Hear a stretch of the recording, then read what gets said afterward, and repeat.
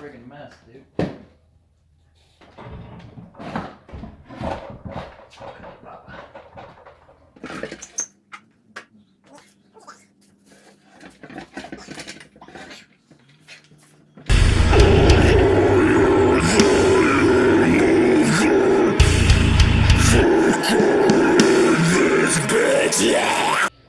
So, now that I got it moved, I'm gonna start taking off all this junk,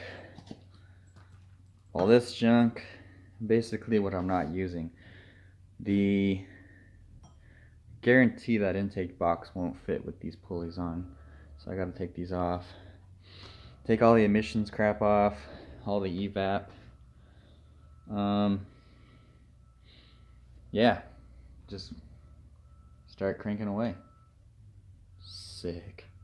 So, noticing a lot of differences. I think the JDM ones, they're drive-by-wire. Yeah, they are. It's got the plate over here with the little sensor sticking out. Whereas opposed to the one I have, the A3, that one's got a cable. So this one is drive-by-wire. Interesting. Whoa. Looks like caramel. That's disgusting. Sick, dude. That is nasty.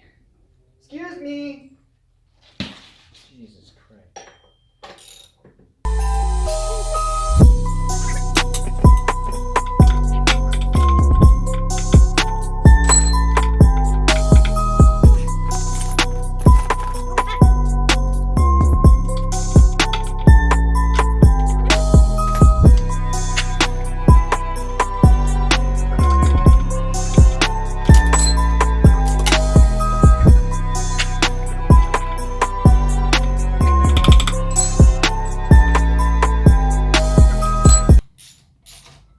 It actually amazes me like how simple these motors are.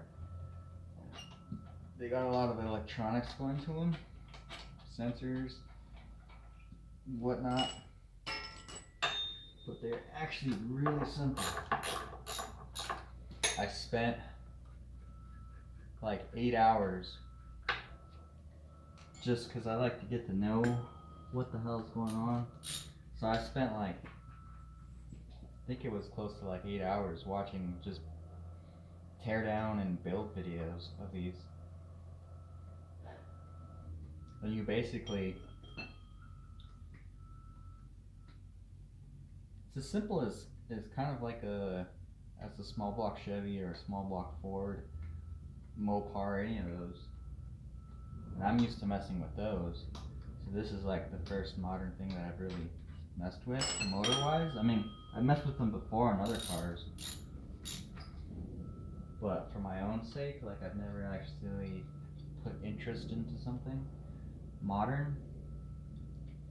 And it's simple. It's just got 2 cams, chain that drives the pump. It's literally crank cams, they're connected, and the whole like cam assembly comes apart from the head. So it makes it really, really simple to like do stuff on. It's actually interesting. It ain't too shabby, Gabby. It ain't too shabby at all. I think I need some motivation.